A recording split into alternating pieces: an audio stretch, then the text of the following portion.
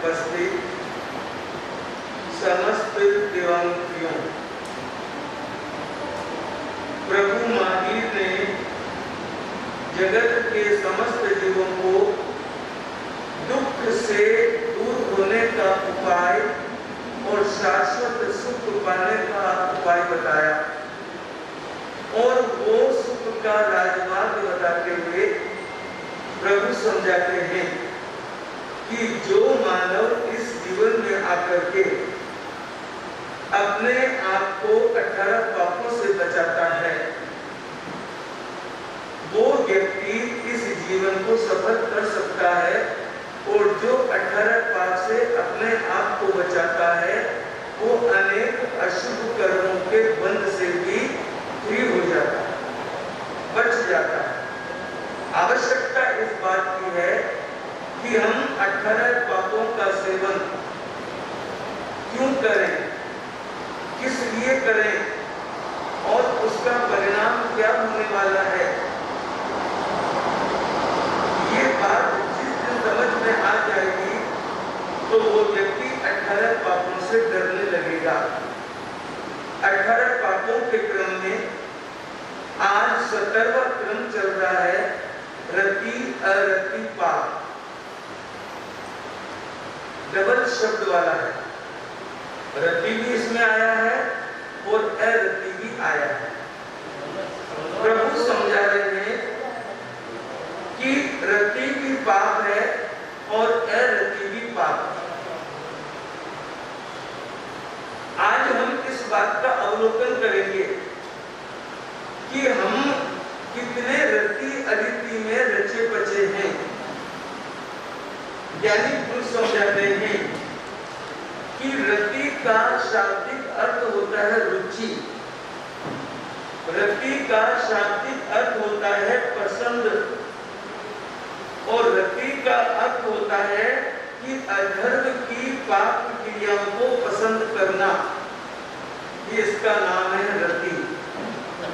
और अरति का अर्थ बताते हुए ज्ञानी पुरुषों ने समझाया कि अरति का मतलब अरुचि, अरति का मतलब नापसंद और अरति का मतलब धर्म की शुभ क्रियाओं को नापसंद करना।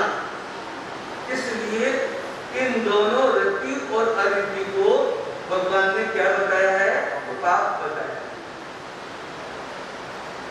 अब हर एक व्यक्ति अपने स्वयं को चेक करे और चेक करके क्या अनुभूति करनी है कि मुझे दान करना अच्छा लगता है क्या,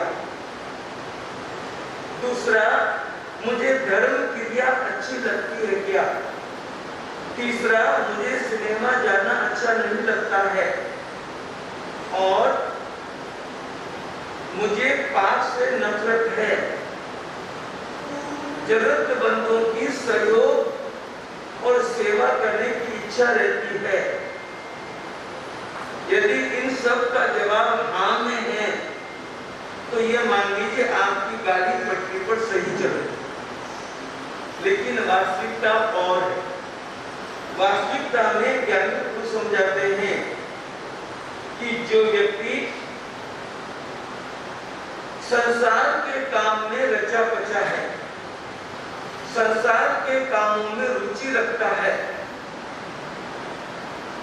और पाप के कार्यों को करने में एडवांस चलता है, संसार के कामों में रचा बचा है, इसका मतलब यह हुआ कि उसके संसार के कार्यों में रुचि है और इसका मतलब यह हुआ कि वो संसार के पाप के कामों को मन लगा करके पहले करता है। अभी आप घर से स्थानक आ गए हैं और पता पड़ा, रास्ते में जानकारी मिली कि पहले दुकान पर ग्राहक खड़े हैं और आपका वेट कर रहे हैं और उनको बहुत जल्दी भी है, तो आप यदि वास्तव में स्थानक पे आने की रुचि रखते हैं तो इसका मतलब आपकी धर्म में रति है। लेकिन आपने अपना रास्ता मोड़ दिया और दुकान की ओर प्रस्थान कर गए, इसका मतलब आपकी संसार के कामों के प्रति रति है। या यूं समझ लो कि इसका आते आते फोन आ गया कि आप पहले आ जाइए, हम फ्रिज की दुकान पर, टीवी की दुकान पर खड़े हैं और हम फ्रिज पसंद कर रहे हैं, और आपने रास्ता मोड़ दिया, फ्रिज लेने के लिए चले गए, इसका मतलब आपके संसार के काम में रति है या उसमें आपकी रुचि है। अब ये रुचि कितनी है आपकी संसार के काम में, आप सब जानते हैं। 24 घंटे में से आप कितने घंटे संसार पे काम करते हैं? 1 या 2 घंटे को छोड़कर आप संसार के कार्य में लगे रहते हैं। इससे स्पष्ट होता है कि आपकी ज्यादा रति या रुचि संसार के काम में है। अब ये बात सामने आती है कि जो संसार के काम में रुचि है और धर्म के काम में आपकी कितनी रुचि, नित्य सामयिक करने में कितनी रुचि है, स्वाध्याय करने में कितनी रुचि है, साधु भगवंतों के दर्शन करने में कितनी रुचि है और धर्म की तत्व चर्चा करने में कितनी रुचि है। अगर उसमें आपकी रुचि नहीं है तो इससे पता पड़ा कि आपके धर्म के प्रति अरति है, अर्थात आपके धर्म के प्रति रुचि कम है या रुचि नहीं है। तो यह रति और अरति दोनों क्या हो गए? पाप। संसार के काम में रुचि है और धर्म के काम में अरुचि है, इसका नाम ही रति और अरति।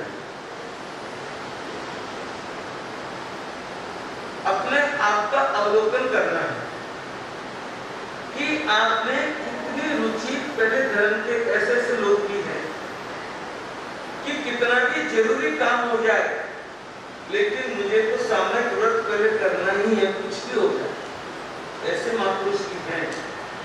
लेकिन ज्यादा लोगों की संख्या है कि रति और अरति पाप का कर्म का बंधन करने में है। और एक बात ईमानदारी से बताइए कि आपके घर में ब्याह शादी का फंक्शन है और एक तरफ समाज में कोई धार्मिक फंक्शन है और दोनों में लगभग 2 दिन का डिफरेंस है। अब आप बताओ कि ज्यादा रुचि रख करके काम कौन सा करें?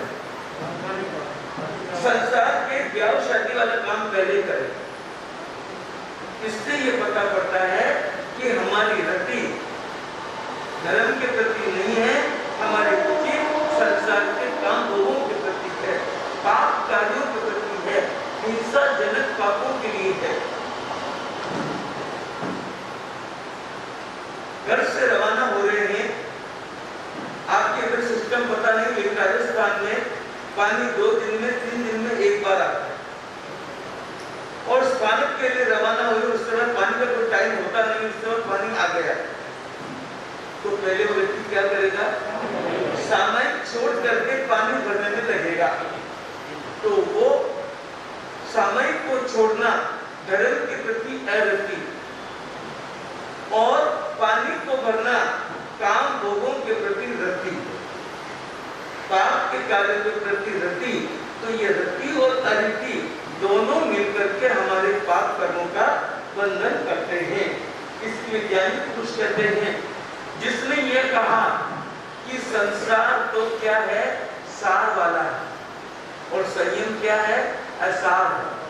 जो ये उल्टा सोचता है और घूमने फिरने में आनंद है, महाराज के जाने में कोई आनंद नहीं, संयम साधना में चित्त नहीं लगाना और धर्म को क्या मानना? ढोंग मानना। क्या धर्म को कोई मतलब नहीं है, कोई सार नहीं है। और धर्म के प्रति जो व्यक्ति रुचि रखते हैं वो सब फालतू लोग हैं, जिसको काम काज नहीं है वो इस कारण में महाराज जाकर के बैठ जाते हैं। इस तरह की सोच और विचार रखने वाला व्यक्ति होता है। और कोई व्यक्ति संयम के मार्ग पर बढ़ रहा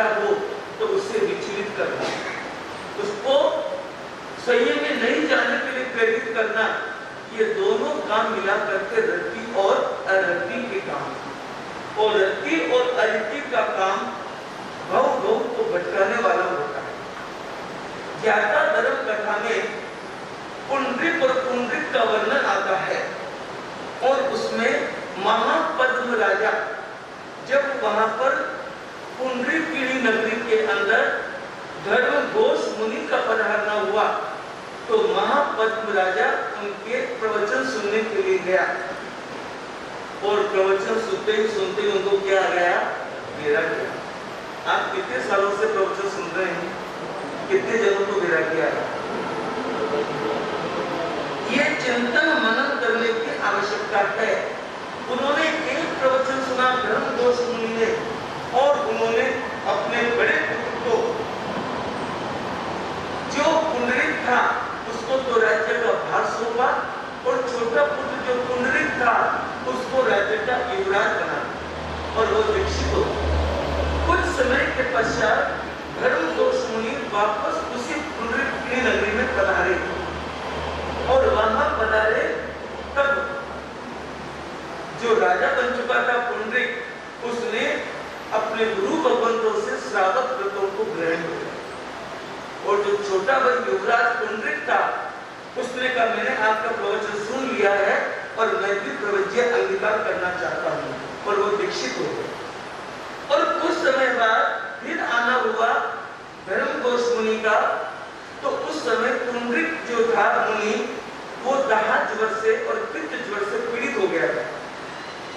तब बड़े भाई ने दर्शन करने के लिए जाने पर कहा कि मेरा आपसे गुरु भगवान से निवेदन किया कि आप इन पुंडरीक मुनि को मेरी दानशाला में छोड़ दीजिए और उनकी औषधि आदि का उपचार करा करके फिर मैं आपके आज्ञा के अनुसार इनको भेज दूंगा।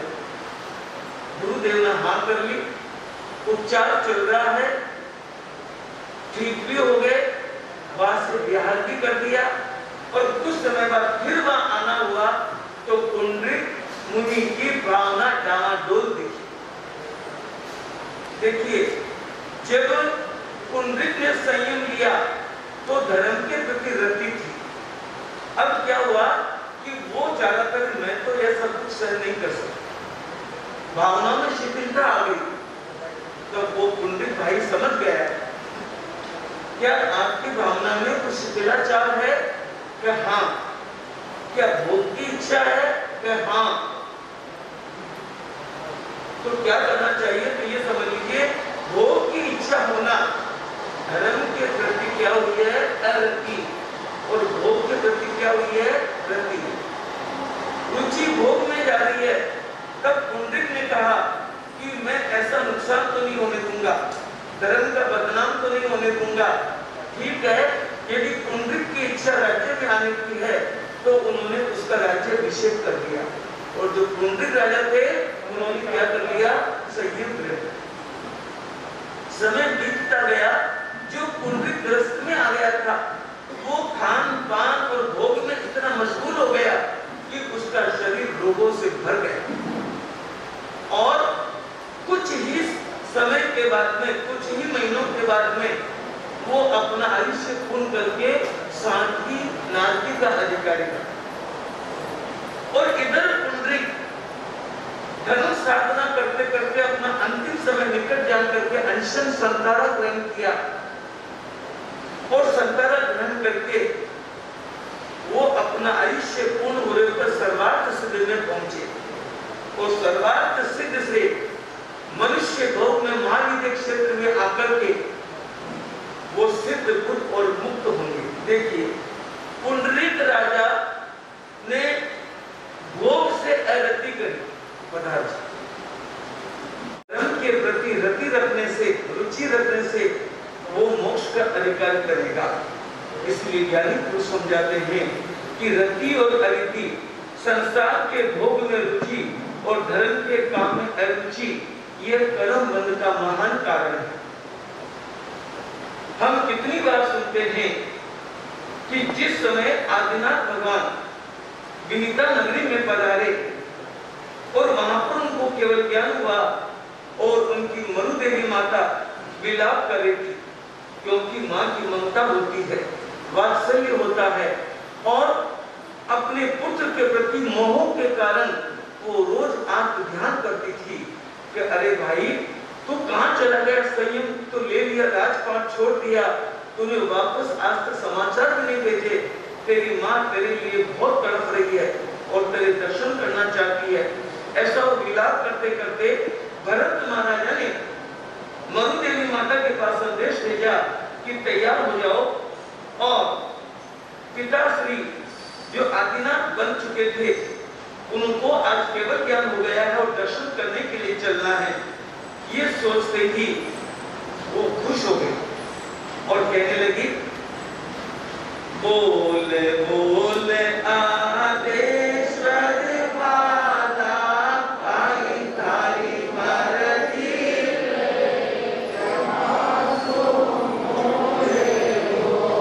मोरा देवी बात जो बता इतर बधाई आई रे, मोरा देवी बात जो बता इतर बधाई आई रे।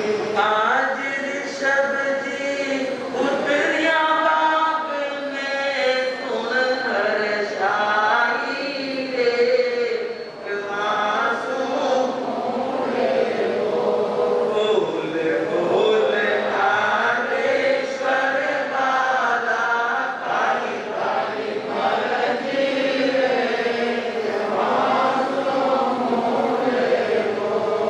ना ये दो ये ने कष्ट असवारी करी मोरा देवी माता रे, ना ये दो ये ने कष्ट असवारी करी मोरा देवी माता रे, जाए बाग में नंदन निरखी पाई साता रे,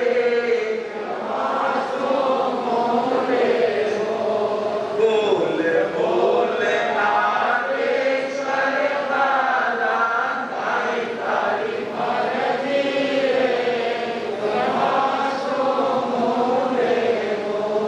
राज्य छोड़ने निकलियो निकलो आलीला राज्य छोड़ने निकलियो निकलो आलीला, चर छत्र और राज सिंहासन मोहनी मूर्ति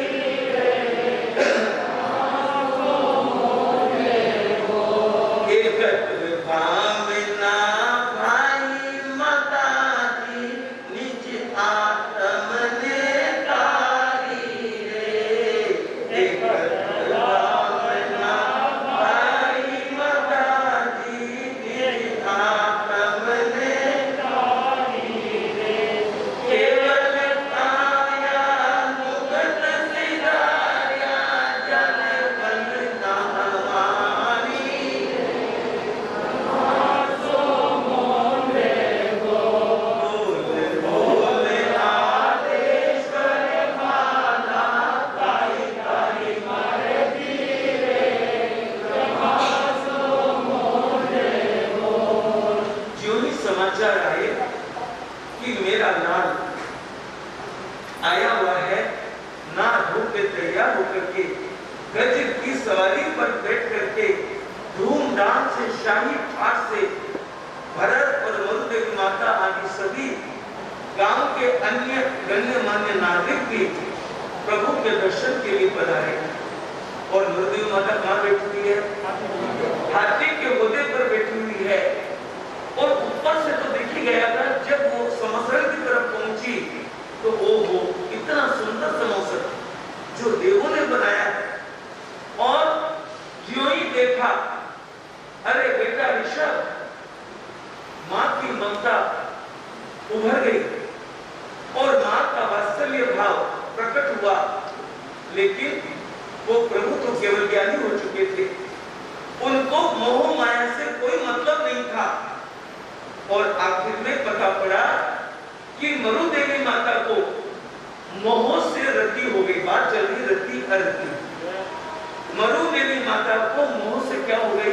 रति हो गई। और उस समय तक उसकी धर्म से अरति थी, क्योंकि उसका मोह सिर्फ पुत्र के हिसाब से पूरा पूरा मन उस तरफ लगा हुआ था।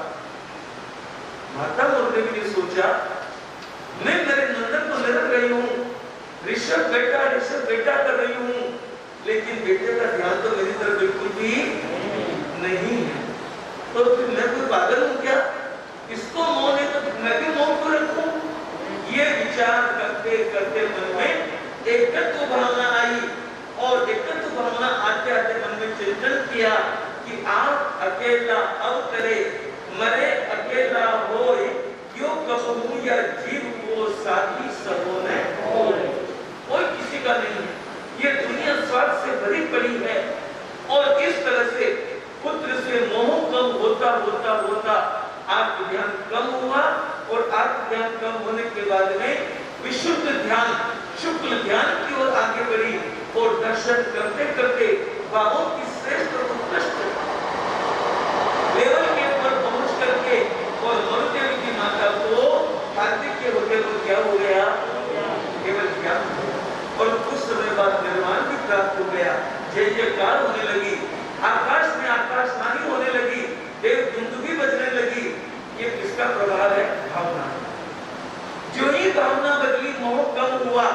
इसलिए कहा गया कि जिस भाव में शुद्ध भावना नहीं, जिस भाव में शुद्ध भावना नहीं, तो भावना बेकार है, और जिस भाव में शुद्ध भाव हो तो भव से बेड़ा। मरु देवी माता निहाल हो गई। उन्होंने अपने जीवन का लक्ष्य पूरा कर लिया, और रति और अरिति को वो समझ गए। विषय तो लंबा है, अपनी बात को संक्षेप में ही रखना चाहूंगा, क्योंकि गुरु गोविंदों की अमृत वाणी भी हमने सुननी है। तो ज्यादा बात को नहीं बढ़ाते हुए, बात आगे और भी आती है, प्रसन्न चंद्र राजर्षि की भी आती है, लेकिन जो जो उनको ध्यान आता गया, जो सात्विक नरक का अधिकारी था, वो भी धीरे धीरे धीरे केवल ज्ञान की तरफ बढ़ता हुआ सिद्ध बोध और मुक्त हो गया। कहने का मतलब यह है कि यदि जीवन को सफल बनाना है तो रति और अरति के पाप को छोड़ना पड़ेगा। अर्थात जो संसार के कामों में रुचि है उसको तो कम करना पड़ेगा, हटाना पड़ेगा, और जो धर्म के काम में भी अरुचि है उसको बढ़ाना है। नहीं तो ये रति और अरति हमारे जीवन का विनाश कर देगी, और हमको नीचे की ओर निकृष्टता में अधोगति की ओर धकेल देगी।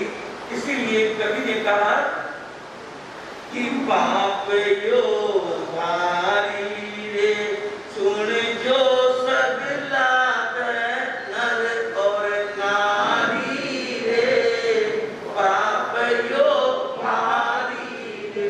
कौन सा पाप भारी है?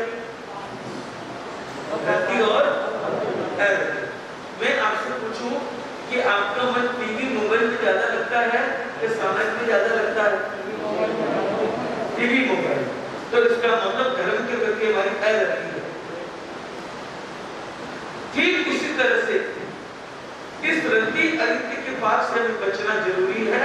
और बच्चों के मोह में कभी ये कहा भी बच्चे रहे, घर में माँ नहीं है, आज आप सामयिक करने नहीं जाओगे, तो राजी राजी सामयिक छोड़ दोगे और अपने पोतों पोतों को खिलाओगे। इसका मतलब हमारा मोह के प्रति क्या है? रति, और धर्म से हमारी अरति है। तो दोनों ही पाप है। मोह के प्रति रति होना भी पाप है, और धर्म के प्रति अरति होना भी पाप है। इस विज्ञानी को समझाते हैं कि मोह से तो आप अरति करो, और धर्म से आप रति करो, तो आपका जीवन लक्ष्य क्या होगा? सफल होगा। रति अरति पाप है मोटो, भव भ्रमण भटकावे,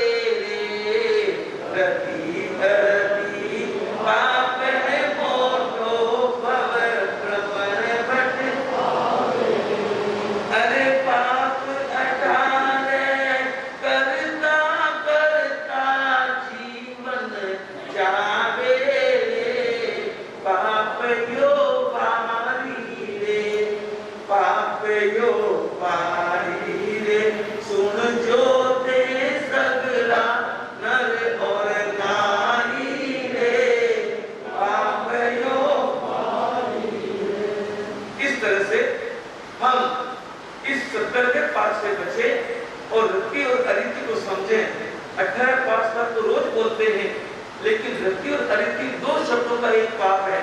उन दो शब्दों को समझ करके हम अपने आप को धर्म से जोड़े, धर्म से रति करें और संसार के काम से अरति करें। जिसकी धर्म में रुचि बढ़ेगी, त्यों उसकी आत्मा क्या होगी, हल्की होती जाएगी। आत्मा पर लगे हुए कषाय और विकार दूर होंगे और उस व्यक्ति का जीवन पावन और पवित्र बनेगा। यदि वास्तव में आत्मा का अभ्युदय करना है, यदि वास्तव में आत्मा का उत्थान करना है, यदि वास्तव में आत्मा की प्रगति करनी है, तो हमें इस आत्मा को उज्जवल बनाने के लिए रति और अरिति दोनों पापों से बच करके अपने आप को धर्म की ओर अग्रसर करना है। जो भी भव्य प्राणी अपने आप को धर्म की ओर अग्रसर करेंगे और गुरु भगवंत के मुखारबिंद से जिन वाणी को सुनकर के आचरण में लाएंगे, उनका जीवन यहाँ वहाँ और सर्वत्र आनंदमय होगा।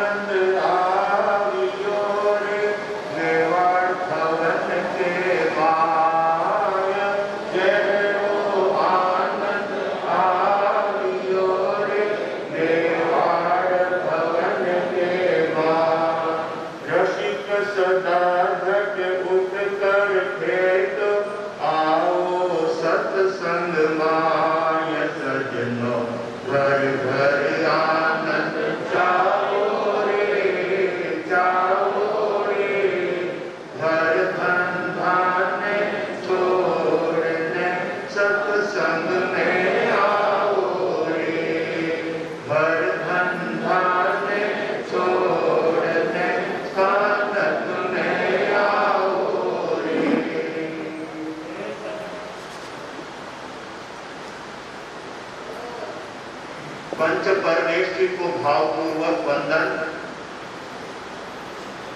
गुरु अम्बेश कमल कन्हैया धर्म सभागार में उपस्थित समस्त धर्म प्रेमी सूर्य श्रोताओं, सुशील माताओं एवं बहनों, जो भाग्यशाली आत्मा आरंभ और परिग्रह से निवृत्त होता है, वही स्थानक में आ सकता है, वही सत्संग का लाभ ले सकता है, वही परमात्मा के संदेशों को सुन सकता है। जहां तक संसार के धंधे नहीं छूटते, जहां तक घर धंधे नहीं छूटते, तब तक परमात्मा की वाणी का आनंद भी नहीं दिया जा सकता। इसलिए परमात्मा की वाणी सुनने के लिए संसार के समस्त कार्यों को छोड़कर परमात्मा का संदेश सुनने के लिए और धर्म के प्रति रति जागृत करने के लिए ये सुंदर अवसर मेवाड़ भवन में चातुर्मास के दरमियान संतों के सानिध्य में उपस्थित हुआ है। सभी को समय निकाल करके परमात्मा की वाणी श्रवण करना है और अपने जीवन को धर्म से जोड़ने का कार्य करना है। जब तक संसार से उदासीनता नहीं होगी तब तक धर्म के प्रति हमारी उत्तम भावना बन ही नहीं सकती। इसलिए धर्म भावना जगाने के लिए आपके सामने प्रवचन प्रभावक श्री धैर्यमणि जी महाराज साहब 18 पापों की बहुत सुंदर व्याख्या करते हुए आपको धर्म से जुड़ने की बात करते हैं। और वास्तव में बंधुओं, जब तक हम धर्म से नहीं जुड़ेंगे, जब तक हम देव और गुरु की वाणी से नहीं जुड़ेंगे, तब तक हमारे जीवन में बदलाव आ नहीं सकता। इसलिए अपने जीवन को परिवर्तन करने के लिए, अपने जीवन को बदलने के लिए, अपने जीवन में धर्म का, सत्संग का और परमात्मा के संदेशों का कुछ अवगाहन हो, इसके लिए समय पर प्रवचन के लिए समय निकाल करके व्यक्ति को धर्म लाभ ले लेना चाहिए। प्रवचन के अंदर जीवन उपयोगी बातें सिखाई जाती है, जिससे हमारे जीवन का धरातल ऊंचा उठे और हम परमात्मा के संदेशों से जुड़कर अपने जीवन को सद्गुणों से भावित करने का प्रयास करेंगे तो सच्चे अर्थों में ये मानव का जीवन एक दिन आगे बढ़ता हुआ हम एक दिन परमात्मा के पद पर जाकर के प्रतिष्ठित हो सकते हैं। तो आइए भाग्यशालियों, अपने यहाँ पर धर्म कथा चल रही है। 5 प्रकार का स्वाध्याय है, उसमें धर्म कथा 5वां प्रकार का स्वाध्याय है। धर्म कथा सुनते सुनते अनेक आत्माओं को संसार से विरक्ति और परमात्मा की वाणी के प्रति, परमात्मा के संदेशों के प्रति अनुराग जागृत होता है। आइए हम ऐसे उत्तम लाभ से अपने आप को वंचित नहीं रखें, बल्कि स्वयं लाभ लेने के साथ अपन मित्र दोस्त साथियों को, अपने आस पड़ोस के लोगों को, अपने मित्र दोस्तों को, अपने भाई बंधुओं को, उनको भी प्रेरणा करके सत्संग में लाने की आवश्यकता है, प्रवचन में लाने की आवश्यकता है। धर्म की दलाली हीरे पन्नों की दलाली है, रत्नों की दलाली है और संसार की दलाली कोयले की दलाली है। इसलिए हम कैसी दलाली करना चाहते हैं वो हम अपने ऊपर निर्भर कर सकते हैं। धर्म के लिए अपने मित्रों को और अपने आस पड़ोस के लोगों को यदि आप सत्संग में लाते हैं तो इससे बहुत बड़ा लाभ अपने जीवन में प्राप्त करते हैं। महाराजा श्री कृष्ण ने धर्म की दलाली करते करते तीर्थंकर नाम पर का उपार्जन कर लिया। इसलिए हमारे इस चातुर्मास में आप भी रोज नए नए श्रोताओं को लेकर के आए, नए नए अपने मित्रों को लेकर के आए, भाई बंधुओं को लेकर के आए, परिवार के सदस्यों को लेकर के आए। इससे उनके जीवन का उत्कर्ष होगा और आपको उस दलाली का बहुत बड़ा लाभ मिलेगा। इसलिए धर्म दलाली करने में व्यक्ति को कोई टके खर्च नहीं करने पड़ते हैं, कुछ अपने घर से निकाल करके नहीं देना पड़ता है। ऐसा समझकर हम धर्म दलाली में हमेशा आगे रहेंगे और हर रोज नए नए श्रोताओं को धर्म सत्संग में लाकर उनके जीवन का उत्कर्ष करने का कार्य करेंगे। भाग्यशालियों, व्यक्ति जीवन के अंदर संसार के कार्यों में रट बच करके पता नहीं कैसे कैसे पाप कर लेता है, लेकिन जब वे पाप हृदय में आते हैं उस समय में आत्मा को रोना आता है, व्यक्ति को रोना आता है कि मैंने कैसे कर्म बांधे होंगे जिससे मेरे सामने ये परिस्थिति आकर के खड़ी हुई है। ये बात हम यहाँ पर चंपक चरित्र से सुन रहे हैं। चंपक सेठ की धर्मपत्नी धर्मवती जो बहुत गुणवान थी, संस्कारशील थी, धर्मात्मा थी और परमात्मा की संदेशों के प्रति अनन्य भक्ति और रुचि रखने वाली थी। परंतु बंधुओं, जीवन में एक भाव के कर्म नहीं, 7 भावों के पिछले अनंत करते हुए भी कई बार व्यक्ति के सामने कष्ट आकर के खड़े हो जाया करते हैं। ये बात अपने यहाँ पर चंपक चरित्र से आपको सुनाई जा रही है। आइए हम उस कथा को आगे बढ़ाते हैं। करुणा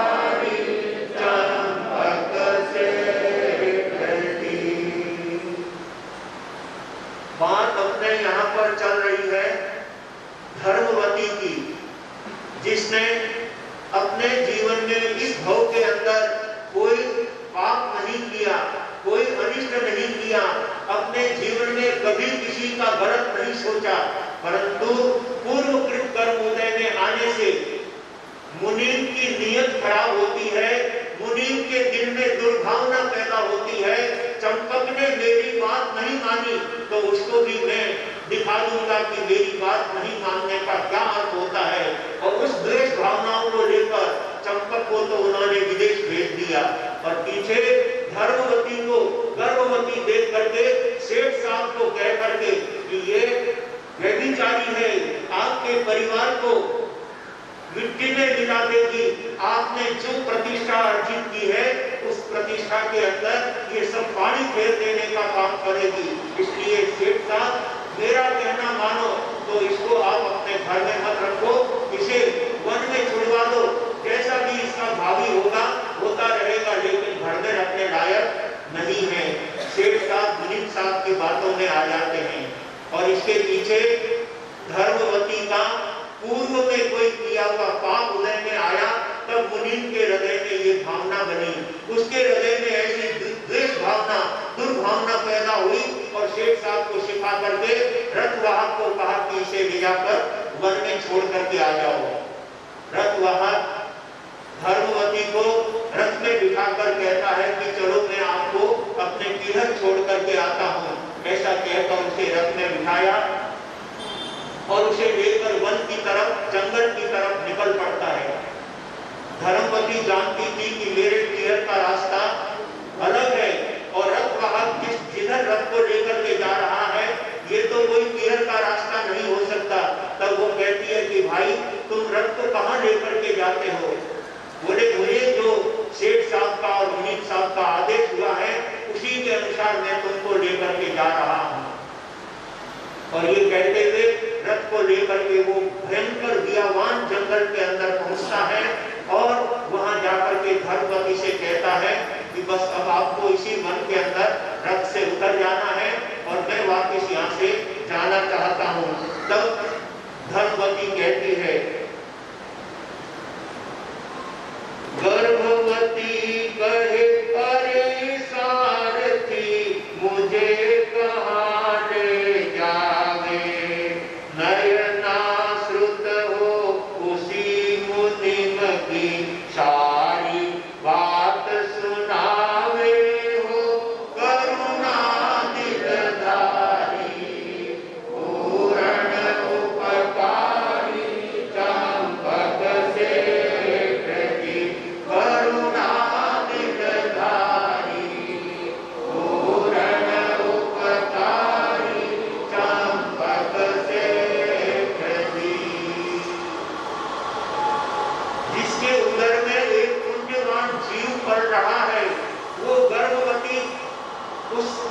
सारथी से कहती है कि भाई तुम मुझे कहाँ लेकर के जा रहे हो, क्यों इधर की तरफ जंगल की तरफ जा रहे हो। तब सारथी ने कहा मुझे तो मुनीम का जो आदेश हुआ है उसके अनुसार मैं आपको जंगल में छोड़ने के लिए लाया हूँ। उस मुनीम की ये दुर्नीति है, उस मुनीम ने तुम्हारे लिए सेठ साहब से इस तरह का आदेश लेकर के तुम्हें वन में छोड़ने के लिए उन्होंने आदेश दिया है और मैं वही करने आई हूँ। ये बात सुनकर के धर्मवती के हृदय पर एक धक्का लगता है और एक बात तो वो मूर्छित होकर के रथ में गिर पड़ती है। रथवाहक के दिल में, उस सारथी के दिल में दया की भावना उमड़ करके आती है। वो उसको हवा आदि करके वापिस सावचेत करता है, सावधान करता है। वो ऐसी निर्दोष धर्मवती को मुनीम ने किस पाप के उदय से इसको वन में छोड़ने की बात कही है। ये किसी प्रकार का इस जीवन में कोई इसने पाप नहीं किया, कोई इसने गलत कार्य नहीं किया, फिर मुनीम ने ऐसा क्यों आदेश दिया है। उस सारथी के मन में उसके प्रति सद्भावना उभर करके आती है और वो कहने लगा, बहन मैं क्या कर सकता हूँ, मुझे तो आज्ञा का पालन करना है और इसलिए मैं तुम्हें वन में छोड़ने के लिए आया हूँ। और इस सब का अधिकारी तो केवल और केवल मुनीम है, उसके कहने से तुम्हारे प्रति मुझे ऐसा करना पड़ रहा है। तब वापिस मूर्छा से दूर होकर के और धर्मवती उस रथवाहक से कहती है, अरे सास अच्छी करी सरे नैना बरसे नी, अरे सास अच्छी करी सरे नैना बरसे नी, बिन चेताए ससुराली को, बिन चेताए ससुराली को, कैसे गई तुम तीर हो करुणा दिलधारी, पूर्ण उपकारी चंपक से ढकी, करुणा दिलधारी, पूर्ण उपकारी चंपक से ढकी। रथ में बैठी हुई धर्मवती अपने मन में विचार करती है और उस रथवाहक से अपनी बात कहते हुए निवेदन करती है कि मैंने सासू जी को अच्छी तरह से समझाया था कि आप अपने पुत्र की बात को और मेरे से मिलकर के गए हैं इस बात को एक बार आप ससुरा जी से कह दें। लेकिन सासू जी अपने ससुर, मेरे ससुर जी को कहे बिना ही अपने पियर चली गई और पीछे सेठ साहब ने और मुनीम साहब ने मेरे प्रति दुर्भावना रख करके मुझे वन में छोड़ने का आदेश दिया। तुम कम से कम चेता करके जाते तो आज मेरे साथ में ऐसा नहीं होता। और साथ ही वो ससुरा जी के लिए भी कहती है, अरे मात ने पूर्व ए निर्दय निष्ठुर ससुर धने जरा दया नहीं आई, निर्णय कर तो बात पूछ तो, निर्णय कर तो बात पूछ तो, क्यों वनवास पठाई हो करुणा दिलधारी, पूर्ण उपकारी चंपक से ढकी, करुणा दिलधारी, पूर्ण उपकारी चंपक से ढकी।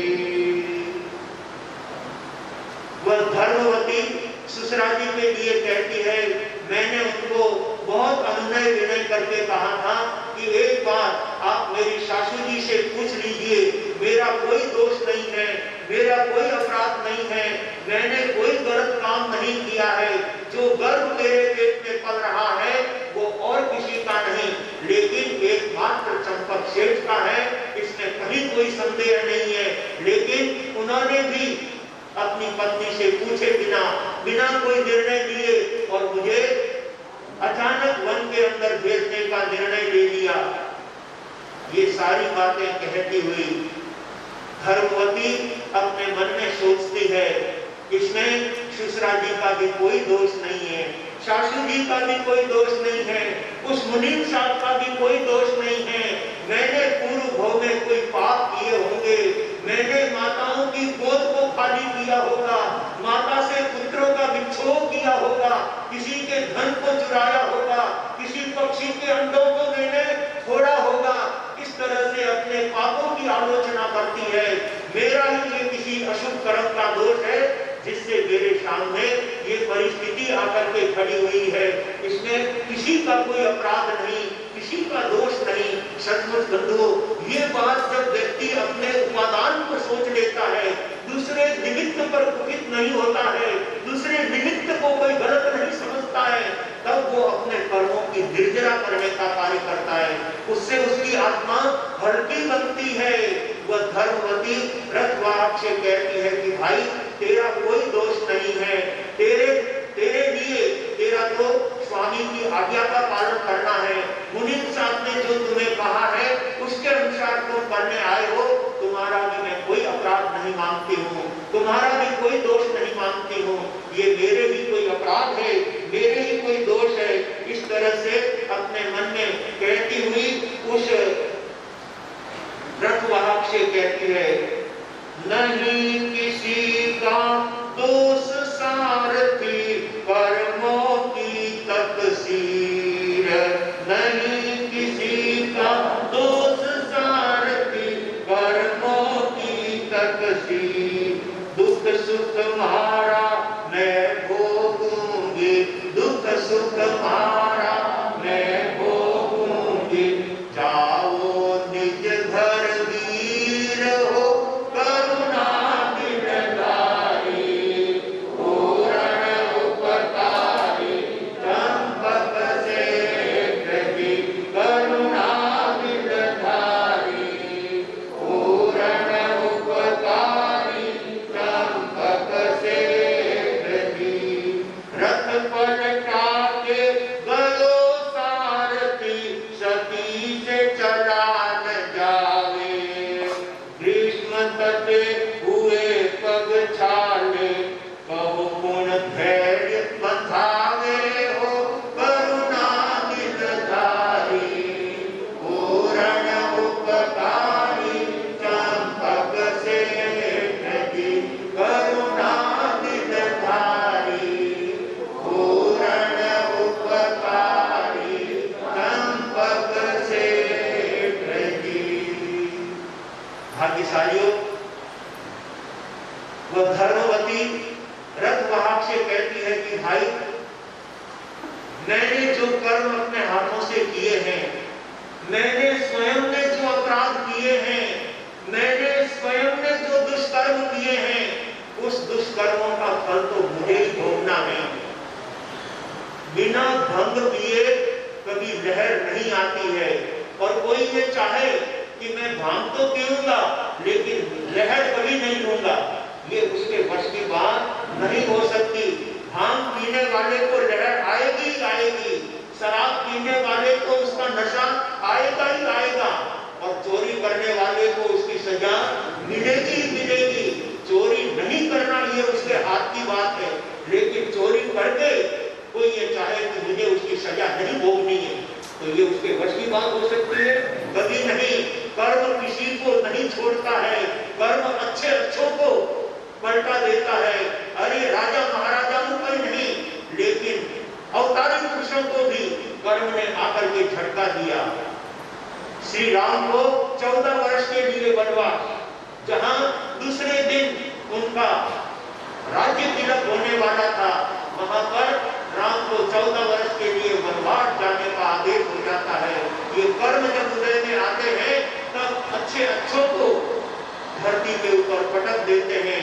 इसलिए ज्ञानी कहते हैं, जरा कर्म देव कर करिए, इन कर्मों की बहुत बुरी हार है, नहीं बचा सकेगा परमात्मा, फिर औरों का क्या एतबार है। किसी को मारे किसी को लूटे, काम कर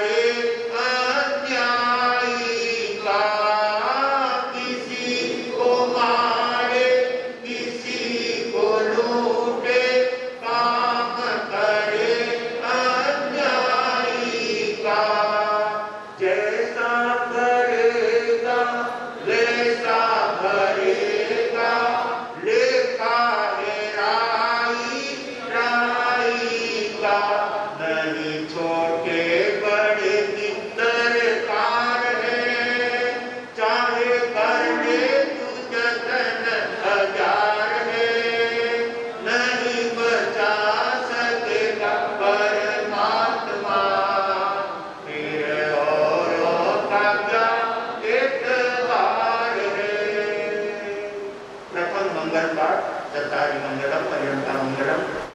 ये आत्मा परवश में होकर और कभी कभी स्ववश में ऐसे ऐसे पाप कर्म कर लेता है, पाप अनुष्ठान कर लेता है और अपने जीवन को बोझिल बना लेता है, कर्मों से भारी बना देता है। यही बात यहाँ धर्मवती सोच रही है, मेरे ही किसी दुष्कर्मों का ये उदय आया है, इसलिए मेरे कर्म मुझे भी भोगने हैं। ऐसा सोचकर रथ वाहक से कहती है कि भाई साहब तुम्हारा कोई दोष नहीं है, तुम अपना ये रथ लेकर वापिस नगर में जा सकते हो, मैं अपना किया अपने आप भोगूंगी। इस तरह से कहती हुई वो रथ से उतर जाती है और रथ वाहक को नगर में जाने के लिए आदेश करती है। रथ वाहक अपना रथ लेकर के नगर की तरफ, उज्जैनी की तरफ वापिस लौट जाता है और उधर धर्मवती, जिसने कभी चलने का काम नहीं किया था, कभी पैदल चलने का काम नहीं पड़ा था, वास्तव में कई श्रेष्ठियों के घर में जो पुत्र वध में होती है उनको कहा जाता है असूर्य पश्या, जिनको कभी सूर्य देखने का ही प्रसंग नहीं आता, दिन भर और पूरे जीवन भर उन्हें अपने महलों में रहते हुए बाहर निकलने का काम ही नहीं पड़ता, ऐसी वह धर्मवती आज जंगलों के अंदर ठोकर खा रही है, पत्थरों के अंदर चलना पड़ रहा है, पैरों में छाले हो जाते हैं, ऊपर से धूप तप रहा है, जमीन पर रहे हुए कांटे उसके पैरों में चुभ रहे हैं, पैरों में जगह जगह फफोले हो गए हैं, लेकिन ऐसे दुख के समय कोई उसको आश्वासन देने वाला नहीं, कोई उसको ढाढ़स बंधाने वाला नहीं। धर्मवती अपने हृदय में धर्म के प्रति अनन्य भावना रखते हुए अपने जीवन को आगे बढ़ाते हुए वहां से निरंतर चलती हुई जा रही है।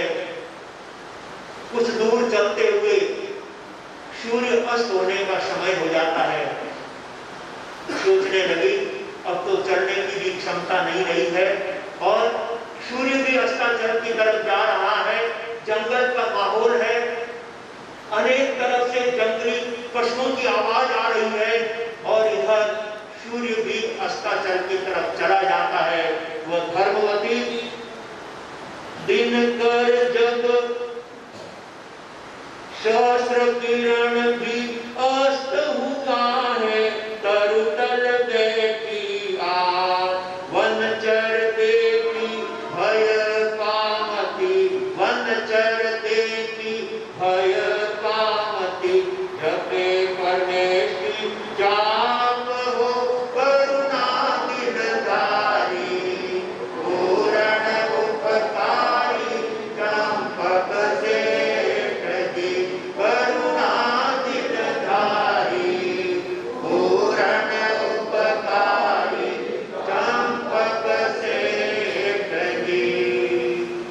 वह धर्मवती जंगल में चलती हुई काफी रास्ता तय कर लेती है और इधर देखते देखते सूर्य अस्ताचल की तरफ चला जाता है। उसने सोचा कि अब तो शरीर में भी चलने की क्षमता नहीं रही है, वो एक झाड़ के नीचे जगह को साफ करती है और वहां पर रात्रि विश्राम करने का नक्की करती है। जिसको जंगल में तो दूर लेकिन अपने घर में भी कभी अलग रहने का काम नहीं पड़ा, आज भयंकर जंगल के अंदर, भयंकर उस अटवी के अंदर उसको अकेली रात्रि के अंदर झाड़ के नीचे विश्राम करना पड़ रहा है। बिछाने के लिए कुछ नहीं, ओढ़ने के लिए कुछ नहीं। जब कर्म रूठ जाते हैं तब व्यक्ति के सामने ऐसी परिस्थितियां आकर के खड़ी होती है। ज्ञानी कहते हैं कर्म करते समय, पाप करते समय व्यक्ति को विचार करना चाहिए कि ये दुष्कर्म जब उदय में आएंगे तब उसे कौन भोगेगा, कौन उसको छुड़ाएगा। इसलिए हंस हंस करके बांधता कर कर गाढ़ा रोष, भुगतन री बेड़ा हुए जब देवे राम ने दोष। व्यक्ति दुख के समय परमात्मा को दोष देता है, भगवान को दोष देता है, धर्म को दोष देता है, लेकिन सच्ची बात तो यह है कि वो अपने अशुभ कर्मों को भूल जाता है। मैंने जो पाप किया है उसका तो परिणाम आएगा ही आएगा। इसलिए परमात्मा कभी दोषी नहीं हो सकते, कभी धर्म दोषी नहीं हो सकता। धर्म तो हमेशा आत्मा को शांति ही देता है, लेकिन पहले जो पाप किए हैं वो तो उदय में आने ही आने हैं, ऐसा सोचते हुए वो नवकार मंत्र का जाप करते हुए आनंद से रात्रि के अंदर तरुतल के नीचे, वृक्ष के नीचे विश्राम करती हुई, नवकार मंत्र गिनती हुई, वहां पर नवकार मंत्र का ही शरणा है। भाग्यशालियों, ऐसे समय में और कौन शरणा काम आ सकता है? इसलिए नवकार मंत्र का शरणा, अर्यन्ते शरणं पवज्झामि, सिद्धे शरणं पवज्झामि, शाहु शरणं पवज्झामि, देवरी पन्नतम धम्मं शरणं पवज्झामि। ये चार शरण ही व्यक्ति के लिए काम आते हैं, बाकी न कोई दुनिया काम आती है, न परिवार काम आता है, न धन काम आता है। केवल और केवल अपने जीवन में एक धर्म ही हमारे जीवन में दुख के समय में, तकलीफ के समय में वही सहारा और शरण देने वाला होता है। धर्मवती भी उस शरणों को स्वीकार करते हुए नवकार मंत्र का जाप करती है। और आप जानते हैं, धर्म करने वाले के लिए, नवकार मंत्र का जाप करने वाले के लिए कठिनाइयां अपने आप दूर हो जाया करती है। सचमुच धर्मवती आनंद पूर्वक वो रात्रि उस झाड़ के नीचे शून्य जंगल के अंदर प्रेम पूर्वक निकाल लेती है और वापिस सवेरे का सूर्य उदय हो जाता है। सहस्र किरणों वाला सूर्य उदय होने पर वापिस अपने आप को स्वस्थ करते हुए धर्मवती वहां से आगे के लिए प्रस्थान करती है और चलते चलते एक नगर के समीप पहुंचती है, जिस नगर का नाम था कुंदनपुर। उस कुंदनपुर के नगर में दरवाजे में प्रवेश करती है और इतनी थक चुकी थी कि अब उसके लिए एक दो कदम चलना भी बहुत भारी हो रहा था। दरवाजे में प्रवेश करते ही एक बहुत बड़ा नीम का झाड़ आया हुआ था। उस नीम के झाड़ के नीचे जाकर के सुस्ताने के लिए बैठ जाती है, विश्राम लेने के लिए बैठ जाती है। चेहरे पर उसके झुर्रियां पड़ी हुई है, थकान दिख रही है, लेकिन कौन किसको कहे वो, वहां उसे कोई जानता नहीं, कोई पहचानता नहीं। उस नीम के नीचे बैठ करके नवकार मंत्र का जाप कर रही है। और उस समय पास में ही एक ब्राह्मण परिवार का घर था, जहां पर एक दयावान, करुणावान ब्राह्मणी रहती थी। वो ब्राह्मणी अपने घर से निकलकर उस नीम के झाड़ के पास, जहां धर्मवती बैठी हुई है, उसके आभा मंडल को देखकर, उसके रहन सहन को देखकर, उसके पहरावे को देखकर ब्राह्मणी समझती है कि ये कोई असाधारण घर की है, कोई विशिष्ट कुलवान है, कोई महान परिवार की है, सदस्य किसी कर्मों के कारण भटक गई है। ऐसे समय में मुझे इसको सहयोग करना चाहिए, मुझे इसे साथ देना चाहिए। जब कुछ शुभ कर्मों का उदय होता है ना, तब ऐसे कोई न कोई सहयोग करने वाले, कोई न कोई सहारा देने वाले तैयार हो जाया पड़ते हैं। उस ब्राह्मणी के मन में उस धर्मवती के प्रति करुणा के भाव उमड़ करके आते हैं, दया के भाव उमड़ करके आते हैं। और अब वो ब्राह्मणी किस तरह से उस धर्मवती के पास जाती है और क्या उससे अपनी दिल की बात कहती है, और धर्मवती उस ब्राह्मणी को अपना क्या परिचय देती है, ये बात तो आगे यथा अवसर सुनने से पता चलेगी। लेकिन धर्मवती अपने नगर को छोड़ करके आज परदेश में, दूसरे देश में, दूसरे नगर में, जहां उसको कोई नहीं जानता, ऐसी जगह पर आई है। लेकिन वहां पर भी उसके कोई सुकृत का उदय जो उसे सहयोग देने वाला मिल जाता है।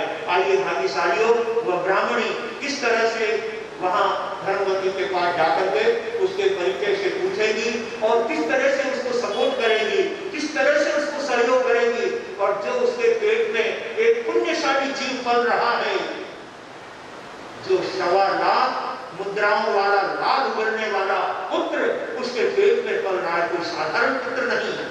1.25 लाख मुद्राओं का लाज बनने वाला पुत्र उसके पेट में है। और ऐसे उस धर्मवती को वह ब्राह्मणी क्या कहती है और धर्मवती उसके साथ किस तरह से आगे चलती है, ये बात हम यथा अवसर इस कथा के माध्यम से सुनेंगे। भाग्यशालियों, ये श्रावण का महीना, ये धर्म ज्ञान के दिन, ये तप त्याग के दिन हमारे जीवन को तप त्याग की बुरी बुरी प्रेरणा देते हैं, आइए हम अपने जीवन में तप अनुष्ठान करके अपने जीवन को पावन बनाएंगे।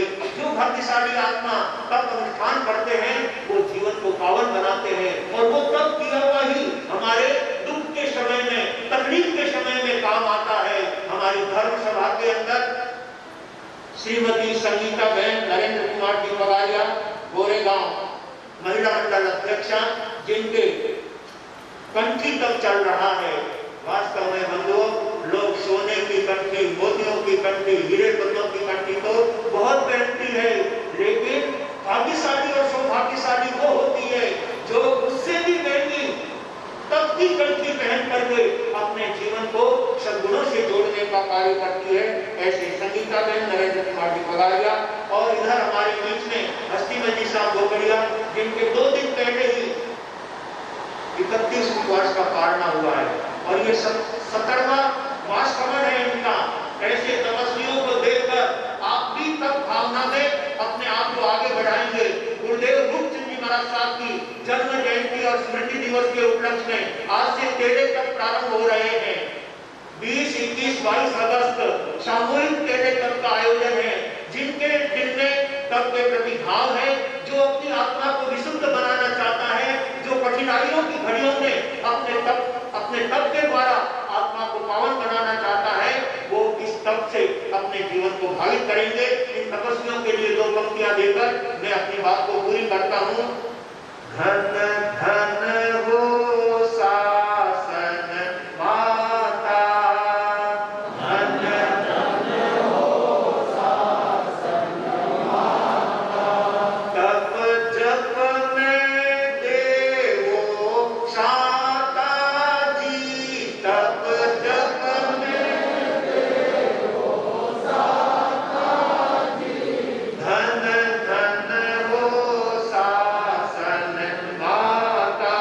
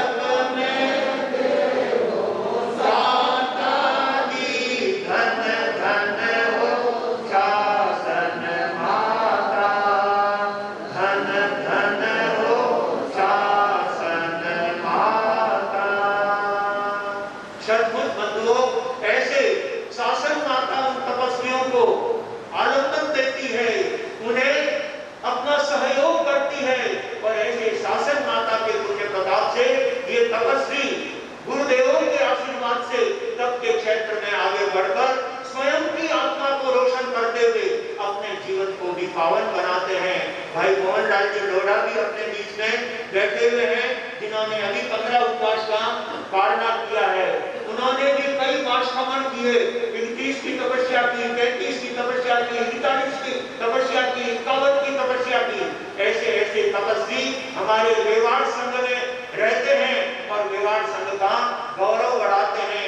आइए भाग्यशालियों, आज हमारे बीच में सीताबाई महेंद्र कुमार जी सियार, जिनके आज 23वां उपवास है और मासमन की तरफ आगे बढ़ने के भाव में भाई महेंद्र जी यहीं पर मेवाड़ भवन में सेवा दे रहे हैं। उनकी धर्मशालिका सीताबाई के आज मासमन की तपस्या की तरफ आगे बढ़ रही है।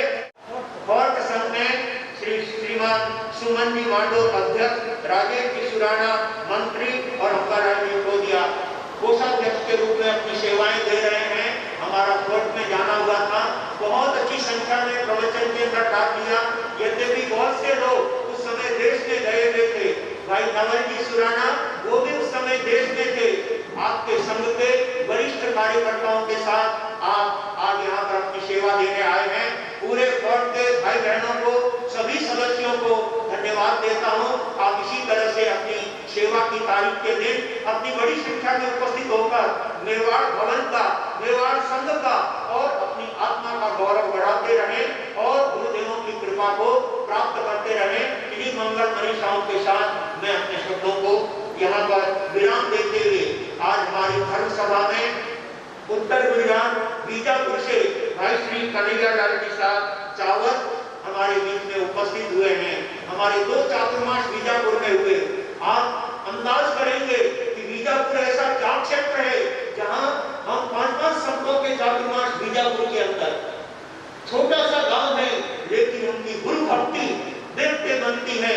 आप 13 पंथ से बिलोंग करते हैं लेकिन आपके परिवार की भक्ति, आपके परिवार की सेवा, आपके माता पिता की सेवा और उस चातुर्मास में आपका जो है अनन्य सहयोग अपने आप में चातुर्मास को गौरवान्वित करने के साथ अपने संघ और शासन की प्रभावना करने वाला होता है।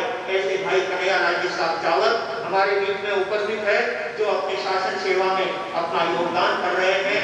बीजापुर में एक संस्थान बना है, उस संस्थान में भी चावत परिवार का बहुत बड़ा योगदान है और एक चावत नहीं, 4-4 चावत परिवार का उस भवन के अंदर सहयोग रहा है।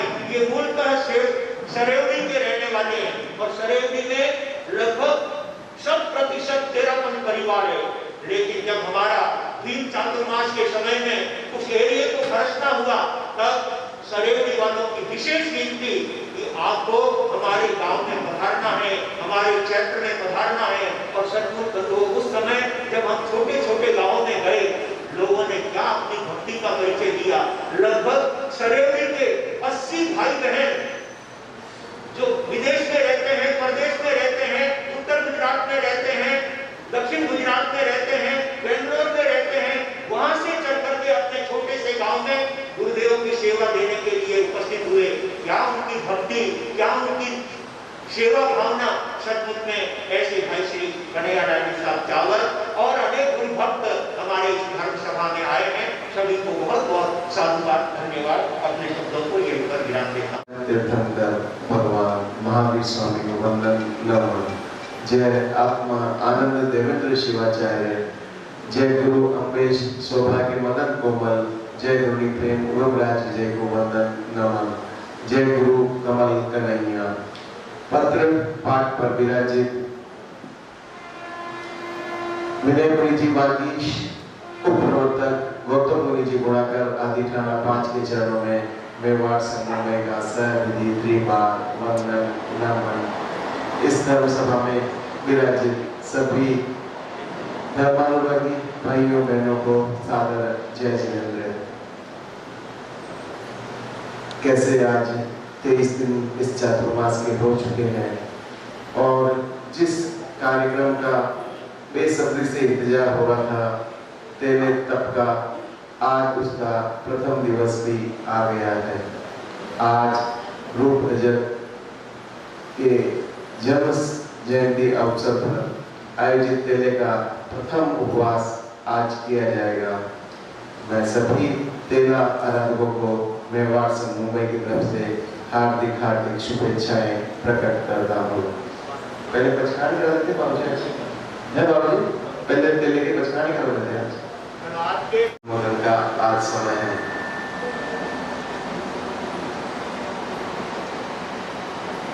तेला तक के लाभार्थी वो बने हैं। पालने के लाभार्थी रूप रजत गुरु भक्त मंडल की तरफ से तेले के पालने किए जाएंगे। एक तेले के लिए प्रभावना रखी गई है। उस प्रभावना के लाभार्थी श्रीमान जगदीश कुमार जी प्यारचंद जी कालिया चिलेश्वर सूरत पूना गांव से हैं।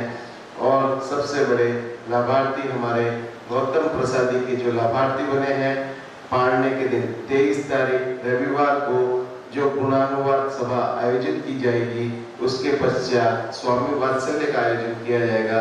उसके लाभार्थी परिवार है श्रीमती लाल कंवर जी, नरेंद्र कुमार जी पूनमिया, मनीषा जी, निमित जी, लता जी, पुनित जी पूनमिया, सादरी गोरेगांव मुंबई। एक बहुत बड़ा दानवीर परिवार है जिन्होंने ये लाभ सहर्ष लिया है। मेवाड़ संघ आप सभी 4-5 परिवार की तहे दिल से हार्दिक हार्दिक अनुमोदना प्रेषित करता है। आज सेवा के क्रम में फोर्ट संघ की सेवा अध्यक्ष जी सुमन जी साहब मांडोर, राजेश जी साहब सुराना, मंत्री जी कोषाध्यक्ष अम्बालाल जी साहब इटोदिया के नेतृत्व में श्रावक श्राविका पधारे हैं। मेवाड़ संघ मुंबई आप सभी का हार्दिक स्वागत एवं अभिनंदन करता है। आज इस सभा में अतिथि देवो भव के क्रम में श्री कन्हैयालाल जी साहब चावत विजयपुर गुजरात से पधारे हैं। मेवाड़ संघ मुंबई आपका हार्दिक और शाब्दिक अभिनंदन करता है। श्रीमान जैसे कि फरमाया है, इस धर्म सभा में हमारे तपस्वी भाई रत्न श्री अस्तिमल जी साहब पोकोड़िया भी पधारे हैं, जिनका 2 दिन पहले ही मास कमल का पारना हुआ है। इस धर्म सभा में श्रीमती संगीता जी नरेंद्र जी पगारिया के भी कंठित गतिमान है। आपने 1 वर्ष पहले भी सिद्धि तप किया था इसी मेवाड़ भवन में। आपकी खूब खूब अनुमोदना मेवाड़ संघ प्रेषित करता है। आज वक्तव्य के क्रम में मैं फोर्ट संघ से श्रीमान सुमन जी साहब मांडव पधारे और अपने भाव व्यक्त करें। महिला मंडल में से भी कोई पधारना चाहता है? फोर्ट संघ से कोटि सी वंदना, अत्र विराजमान के चरणों में कोटि सी वंदना। फोर्ट संघ की आज की सेवा है। फोर्ट संघ की सेवा में जो हाजिर हुआ है और आज गुरुदेव ने 18 पापों के बारे में और जो स्थानक में समय समय पर व्याख्यान के लिए आने के लिए मैं तो आपसे यही विनती करता हूँ कि अगर आपको व्याख्यान में नहीं आ सकते, प्रार्थना में नहीं आ सकते, दिन में कभी भी एक बार स्थानक में आकर 2 मिनट के लिए 5 नमस्कार मंत्र गिन कर भी जाए तो भी बहुत बड़ा काम होगा। मैं यही विनती करता हूँ। फोर्ट संघ से आप सभी बजाए हुए सभी महानुभावों का फोर्ट संघ हार्दिक स्वागत अभिनंदन करता है। जय माता।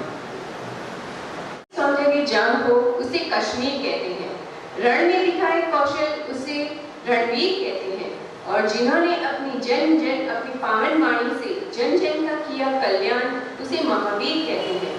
ऐसे अनंत अनंत आस्था के भगवान महावीर स्वामी के चरणों में कोटिशा वंदन।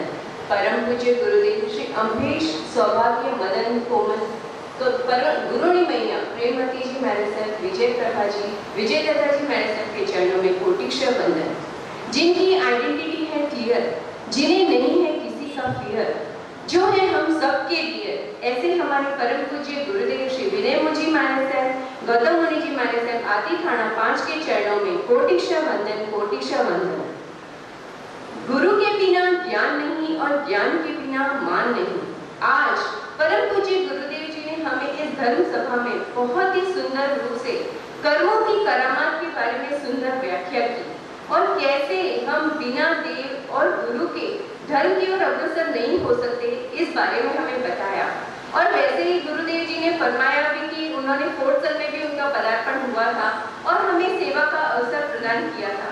तो आज मैं यही धर्म सभा में यह भी कहना चाहती हूँ कि चातुर्मास के पश्चात भी गुरुदेव आपका कोट संघ में फिर से पधारना होवे, यही हम सबकी इच्छा है। तो हम सभी यही भंगल भावना के साथ में कोट संघ की ओर से मैं यही गुजारिश विनती करती हूँ आपसे। जय जितेंद्र, जय महाराज।